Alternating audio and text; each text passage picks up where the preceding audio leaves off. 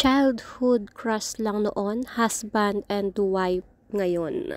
Disclaimer, ang mga larawan o video na mapapanood nyo ay hindi pag-aari ng uploader. Ito ay ginagamit para sa isang impormasyon, credits to the owners. Cutie is always a perfect timing talaga, no? From going bully to childhood crush, best friends became a couple, and now they're husband and wife. Congratulations on your wedding, Nash Aguas and Mika Salamanca. I suddenly feel old.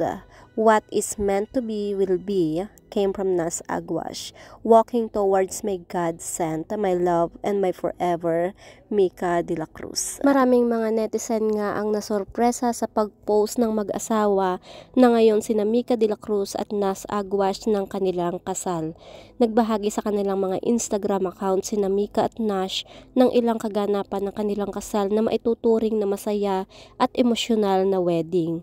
Dahil makikita sa video, maging ang kapatid ni Mika na si Angelica de la Cruz ay nakuhanan ng video na kung saan makikitang naiiyak ito habang pinanunood ang kapatid na naglalakad sa aisle. Matatandaan na maituturing na sobrang close ng dalawang magkapatid na kung saan napagkamalan pa ang mga ito na magnanay nga. Maging ang bride na si Mika de la Cruz ay makikitang emosyonal habang papalapit sa kanyang soon-to-be husband na si Nash Aguas. Makikita nga guys sa mata ni Mika ang kasiyahan na sa wakas ay nauwi na sa kasal ang kanilang pag-iibigan ng kanyang kasintahan. Maituturing na kasiyahan ang makikitang luha sa mga mata ni Mika sa pag-iisang dibdib nga nila nitong si Nash.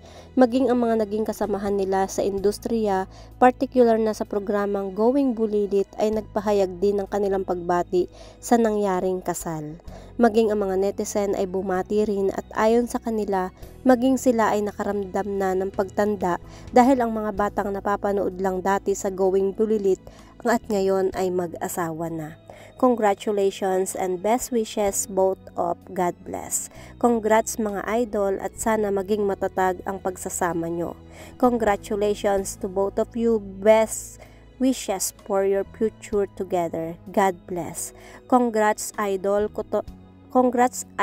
tong si Nash simula nung nanalo siya at naging artista, and Mika, give and take lang sa samahan nyo at open communication kayo.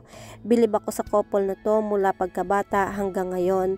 Wish ko sana forever na kayo. Congratulations, sabi ng mga netizen. Anyway guys, dati aliw na aliw lang ako sa dalawa na to. Paborito ko sila, tapos ngayon nga is kasal na yung bulilit na pinapanood ko, tapos ako ito nga pa din hanggang ngayon. Congrats newlywed, mapapasana all na lang tayo. Nilampasan na tayo ng mga bata na kinaaaliwan nga natin noon. Sabi nga nila, kung mahal mo isang tao, iyaharap mo sa dambana. Dinaig pa yung ibang long-term couple hanggang nagkasawaan na. Anyway, believe talaga ako sa couple na to mula nung bata sila hanggang ngayon, talaga sila talaga. Yun ang tunay na pagmamahal mo, ingatan mo hanggang sa dulo. Yesteryear's beloveds, kids of Going Bulilit, mga makukulit na mga bata, ngayon ay nasa next chapter na ng buhay ng may asawa. Congratulations Nash and Mika. Anyway guys, kayo ano mga masasabi nyo sa dalawang bata na ito na dati Going Bulilit lang, ngayon nasa panahon na or ngayon nasa yugto na ng buhay mag-asawa? Just comment down below guys and say congratulations to this newlywed. Maraming salamat sa walang sawang panunood, at kung hindi pa kayo nakasubscribe sa aking YouTube channel, kindly hit the notification bell, like and share. Thank you and God bless. Ingat po ang lahat.